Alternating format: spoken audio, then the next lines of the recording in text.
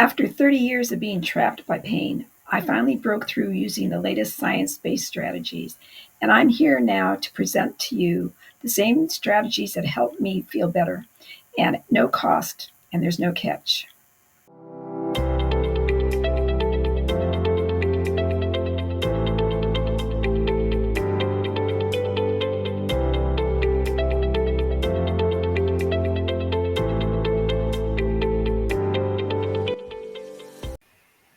Greetings. It's nice to see you again, and a special welcome to those who have clicked on the show for the first time.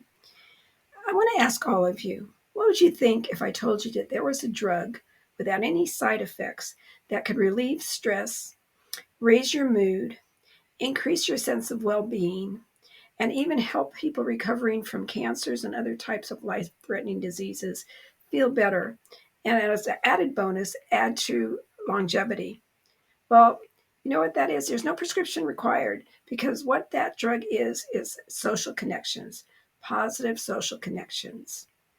Now, I know when you have chronic pain, your focus is trying to get rid of the terrible discomfort you're having in your body. And perhaps the last thing in your mind is thinking about how am I going to connect with people and have fun and go out to lunch and go to events, go out to dinners, or even go out at night when I could barely make it through the day. So, going out at night to a concert or even a basketball game would be a real big stretch. Well, when you look at what social connections are, you can start really basic. If you're housebound, you have, of course, your family around you, perhaps, or perhaps you have a friend that you talk to on the phone. And nowadays, with the advent of the video conferencing, there's ways to click on and immediately connect with people, which it's a wonderful format.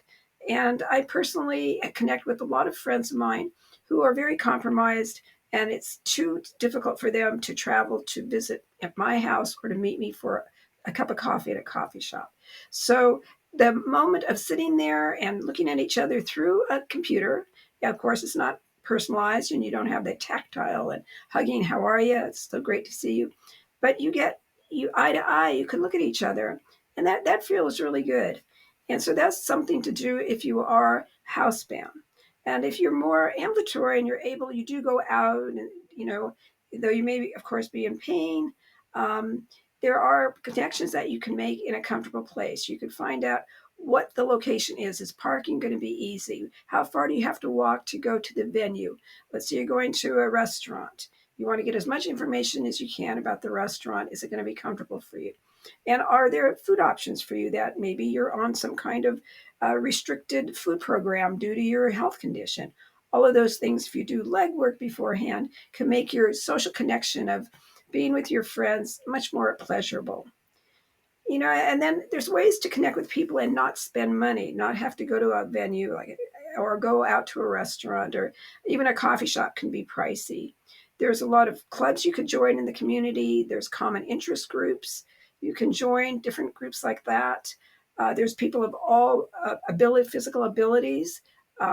When they have meetings at different clubs, they all, it's everything's going to be handicap accessible.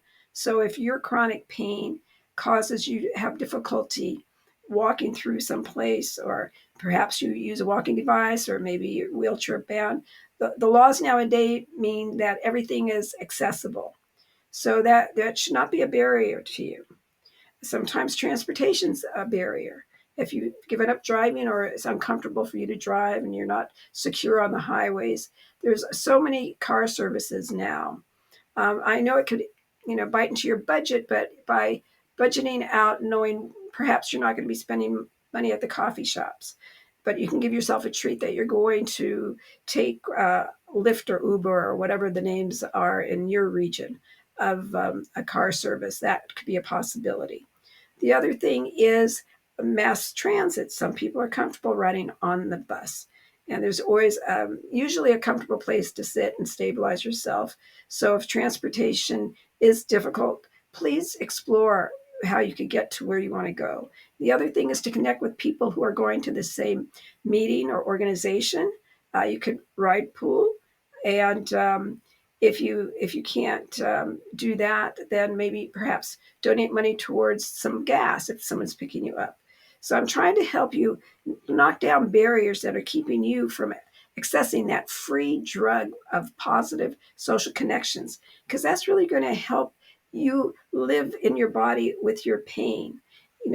It relieves the stress, which is dials down the pain sensations. It improves your mood because you're talking to people, which also changes your perception of the pain that's going on in your body. These are all really important aspects of doing a whole person approach to pain management. And the other thing is, if you can't, you find it too difficult to leave the house and it's just too big of a stretch for you, there are online social connections that you could do for support groups. And maybe you don't have face to face, but you could do, some people enjoy Instagram or Facebook.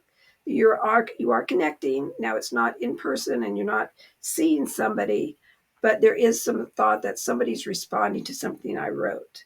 And that also it's the beginning of a social connection. So I'm throwing out some ideas depending on, which ones you want to pick up and say, hey, that's going to work for me. But I know in my own life, I did not, during my decades of living with chronic pain, for the first 20 something years, I did not have a social connection. It was just my mom and my siblings would contact me. And, of course, I was married, so I had my husband, but I didn't have that day to day, catching up with somebody or someone calling me up and saying hi and taking my mind off my pain. And it wasn't until I finally started reaching out and started borrowing my neighbor's dogs to start walking them, I started talking to people on the sidewalk that I'd meet.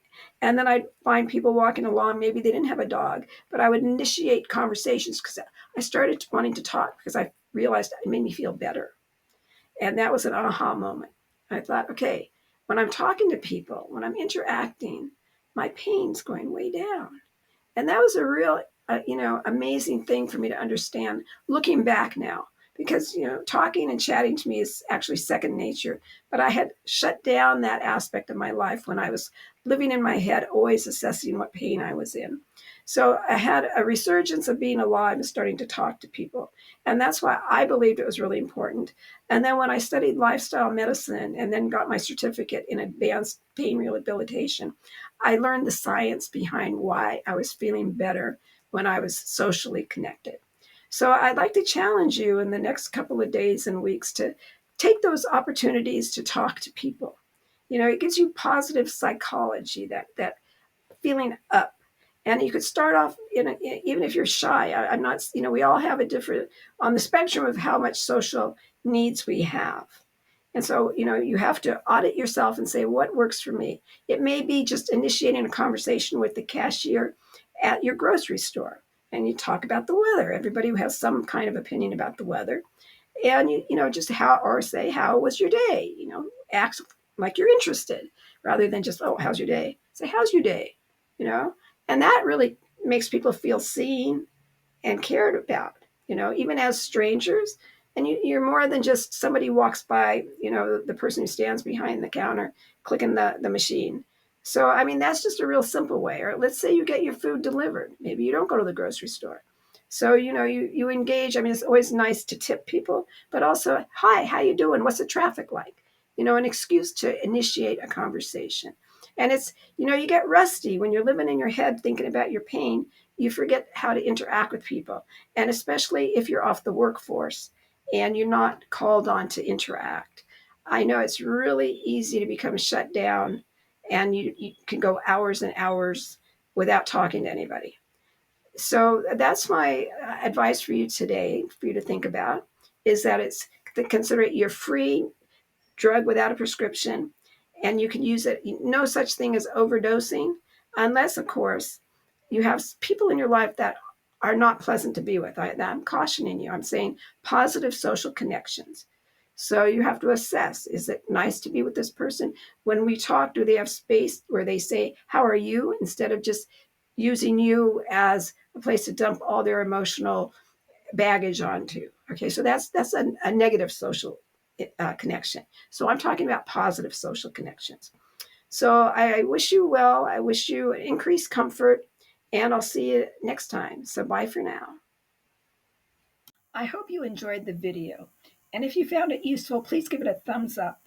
And also, please subscribe so you'll be given notice when the next video is uploaded.